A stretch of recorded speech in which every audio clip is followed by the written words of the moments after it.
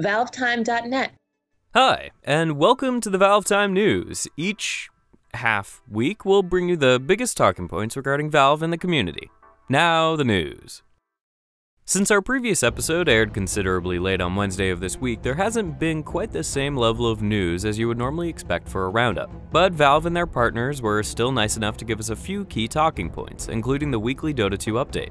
The patch for this week has introduced a new high-quality model for Earthshaker, which was accompanied by some updated particle effects for the hero's abilities. Mac and Linux players can now rejoice as support for the two operating systems, which was added to the test client last week, has now found its way into the main game. A series of significant changes have been made to the in-game quick chat wheel, as users can now dynamically assign and customize their own wheel using a wide range of pre-designed phrases, commands, and flavor text to improve fast communication between players. The game's matchmaking system also received a number of fixes and improvements, including a 45-second block for anyone who fails to ready up for a game, altering the paired player skill of match parties to also consider the minimum experience level rather than just the average, and a solution to an issue which was causing players to become incorrectly segregated based entirely on win count, rather than skill or experience rating. A new system was also put into place to improve the experience for players in grouped parties, as the matchmaker will now attempt to pair similarly sized player groups together to try and prevent unfair communication advantages present on stacked teams consisting entirely of individuals from a large singular party. While this isn't quite the largest or most exciting update to hit Dota 2 recently, we're happy to see Valve is keeping to their promise by continuing to introduce new features and major updates even after the game's launch last week. In other Dota news, the development team released a new blog post to the main website earlier this week, which takes an in-depth look at the multitude of additional features added to the International Compendium in recent months. The blog post, entitled The International Compendium Evolves, specifically takes a look at the newly introduced Fantasy Challenge, the Player Cards Collection minigame, the Solo Championship, and more.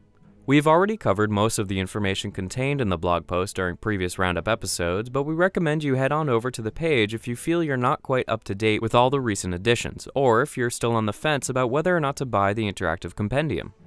The team uploaded another blog post late on Friday night which revealed the schedule for the upcoming International 3 tournament set to begin on August 7th, 2013. The post, which goes by the title Wish You Were Here, discusses the recently released Linux and Mac game clients before going on to outline the full International 3 schedule, which is currently being shown on screen. The preliminary group stages are set to begin 4 days prior to the start of the tournament on August 3rd, 2013, before running for 3 days until August 5th. Afterwards, on August 6th, Quantum Gaming, formerly DD Dota, and Rattlesnake are set to battle it out for the final wildcard slot in the tournament before the full event kicks off on August 7th. The main event will run for several days until the grand finale takes place on August 11th. We recommend you take a look at the full blog post if you're interested in reading more about the individual event times for each day, or if you're looking to learn all about Valve's official pub stop page, which lists locations set to broadcast the tournament from live venues from all around the globe. Last week we told you about Tim Larkin, one of Dota 2's musical composers, and how he was set to appear as a guest conductor during a video games live show at San Diego Comic-Con on Saturday, July 20th. Tim appeared on stage for an interview during the live-streamed pre-show and again at the beginning of the main event to present 2 musical tracks from Dota 2. The performance also previewed a number of fight scenes generated in Source Filmmaker taken directly from the still work-in-progress Dota 2 free-to-play documentary. Seriously, we shouldn't need to say any more, just go and watch it.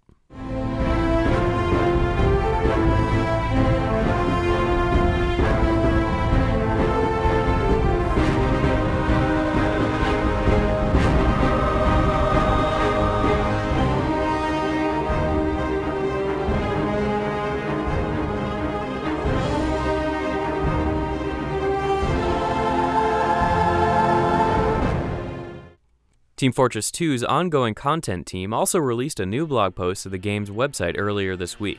The post, entitled An Active Solution to an Idle Threat, takes a closer look at a series of preventative measures made with a recent major update set to prevent players from using a long-standing problematic method to unfairly receive rare item drops.